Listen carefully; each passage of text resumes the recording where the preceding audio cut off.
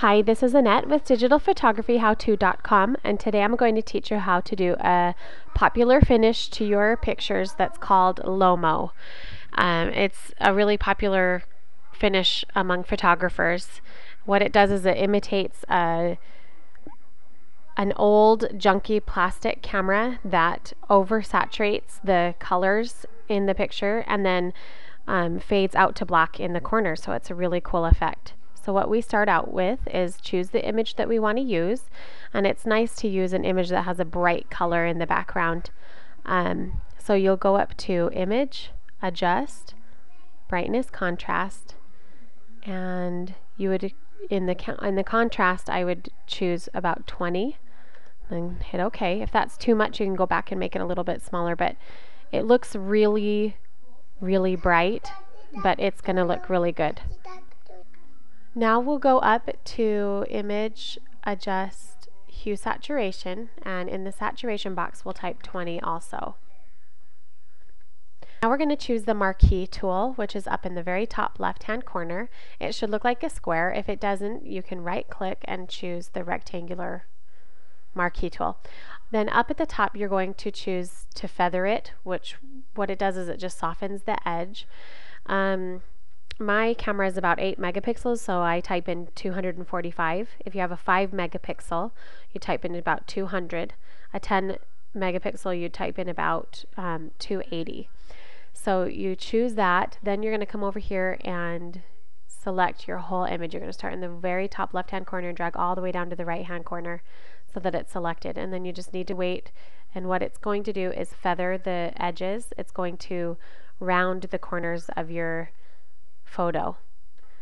Okay, now you can see that it feathered the edges, but the middle of our picture is what is selected right now, and what we want selected is the edges so that we can fill that with black. So we're going to right click and choose Select Inverse. Now you can see that only the outsides are selected. Okay, now we don't want the black coloring to go right on our image. We want it to be in a new layer so that we can adjust it. So we're going to come over here to our layers and we're going to click this new layer button right here.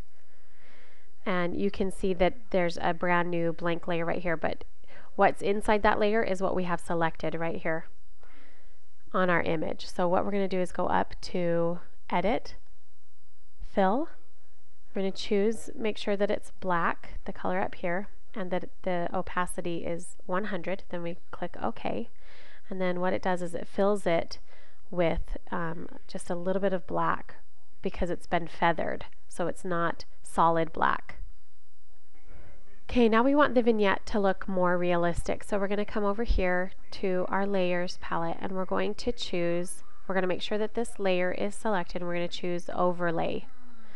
And then what we're going to do is we're going to duplicate the layer. So you'll go up here and you'll go to Layer, Duplicate Layer, click OK, and you can see that it made it look more realistic around the edges.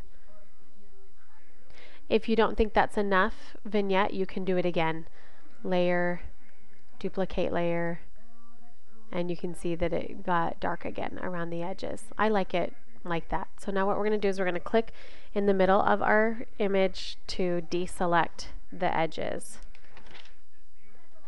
Now we're going to go down to our layers again. We're going to choose our background layer,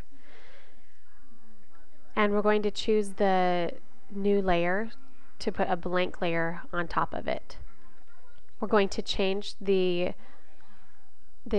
layer right here to Overlay also. So you click right here and you go up to Overlay. Then we're going to come over here and make sure that our foreground color chosen is white. If it's not, you can type D and then X, and then it'll make sure that that foreground color is white. So now we're going to type G on the toolbar,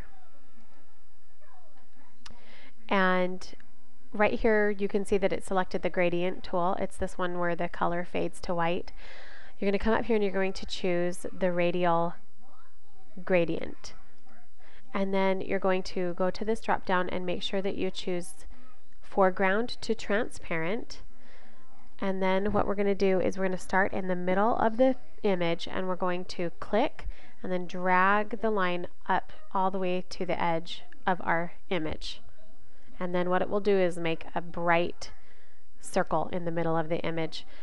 Now that's way too bright for me, so what I'm going to do is I'm going to come over here, and I'll move the picture over a little bit so you can see it too. We're going to go to the opacity, and we're going to turn that down a little bit.